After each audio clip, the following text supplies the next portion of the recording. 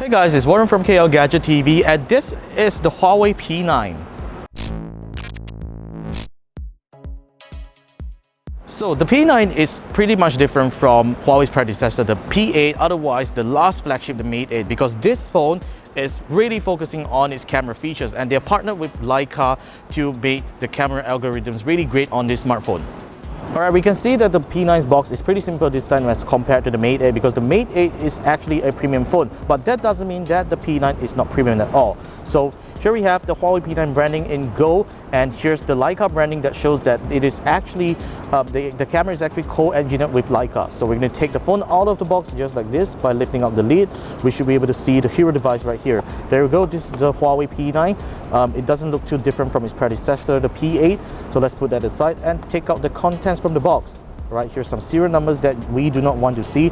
Okay, so the packaging is entirely in white, and this is the charger, obviously, headphones and micro USB cable, and what we have here is the manual. So I'm going to take it out. There you go. Let's open this. And the nice thing is Huawei gives a SIM ejector as well as a plastic case for the Huawei P9 to protect your phone. So you do not need to go and buy a separate case if you can't find one. Alright, so let's put all the boxes away. At this point of time, the Huawei P9 is the most powerful flagship that Huawei has ever made. It has a high silicon Kirin 955 octa-core processor, which is slightly higher clock than the previous 950 CPU found on the Mate 8. It has 3 gigs of RAM and 32 gigs of onboard storage while supporting dual SIM and a micro SD card support for storage expansion. As you can see, the Huawei P9 has a very slick looking design, just like the P8 last year. It doesn't look too much different. As you can see, the front has a 2.5D curved glass display that makes the phone look extremely premium. On the front here, we have a 5.2-inch Full HD display, and on top, that's the 8-megapixel front-facing camera. One thing that's different from the P8 is that the P9 now features dual stereo speakers. One is at the earpiece and the other one is at the bottom right here. So that creates a great surround effect just like the HTC 10. Alright, and here's the USB Type-C port, which is definitely a first on Huawei's own smartphones apart from the Google Nexus 6P, and there's the 3.5mm headphone jack. I hope audio is really good as well. So on the right here we have volume rockers and the power button that has a very nice texture right here. Turning over to the back, the color that we have got here is the titanium gray model.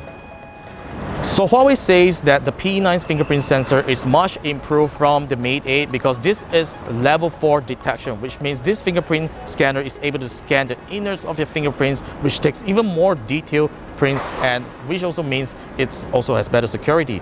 So on the top here, we have 2 camera lenses, one that takes RGB color set and the other takes monochrome. So when these 2 colors are combined, they will be sent to the image signal processor inside the phone, and it will process very nice photos, cinematic like colors, right? And just a disclaimer guys, these 2 lenses are not made by Leica, but what Leica has been involved in the phone is the algorithm and the camera software, and that's pretty much about it. And last but not the least, we have a dual-tone LED flash, which is actually great for low-light photos, but I am assuming that you wouldn't need to do that because this phone's camera can really do wonders. As usual, the P9 software is powered by Android Marshmallow 6.0 and it has Emotion UI running on top. This is a pretty nice launcher, as you can see. It's smooth and fast, and this is running on the latest Emotion UI 4.1. At this point of time, what I can notice this time is the animations are much more smoother than the previous version. Probably the biggest changes to the software experience would be the camera app. As you can see, icons and the entire experience looks pretty much like Leica's software. Of course, that makes a lot of sense, otherwise why would these 2 companies collaborate?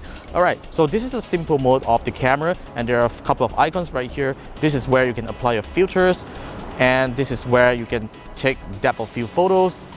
And let's go back to the camera, turn off this thing, and last but not the least, we have the flash mode, where, be it an auto flash, force flash, otherwise just turn on the flashlight.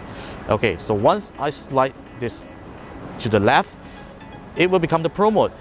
There's focusing, infinite focus. That's the metering mode. Sorry, not the focus point. All right, and there's ISO, can go as high as ISO 3200 and as low as ISO 50. Pretty impressive. Shutter speeds, it can go as fast as 1/4000 and as slow as 30 seconds. That's actually pretty impressive for a smartphone camera. Exposure value is up to 4.0 and as low as, of course, negative 4.0. Great. autofocus, continuous autofocus, autofocus single, otherwise manual focus. And last but not the least, we have white balance adjustment on the camera software. So that's pretty much on the first look and unboxing of the Huawei P9, the first Leica phone. Is it or not? I'm not sure. So we got to find out in a full review later. So stay tuned to KLGadgetTV, subscribe to us and follow us on social media. And of course, you can follow me on Instagram and Twitter at The Warranty. I'll be using this phone, taking a lot of pictures coming up next week in Computex. So you'll see beautiful pictures of Taiwan taken with the Huawei P9. So stay tuned to our YouTube channel and our website at klgadgetguy.com. I'll see you soon in our next video.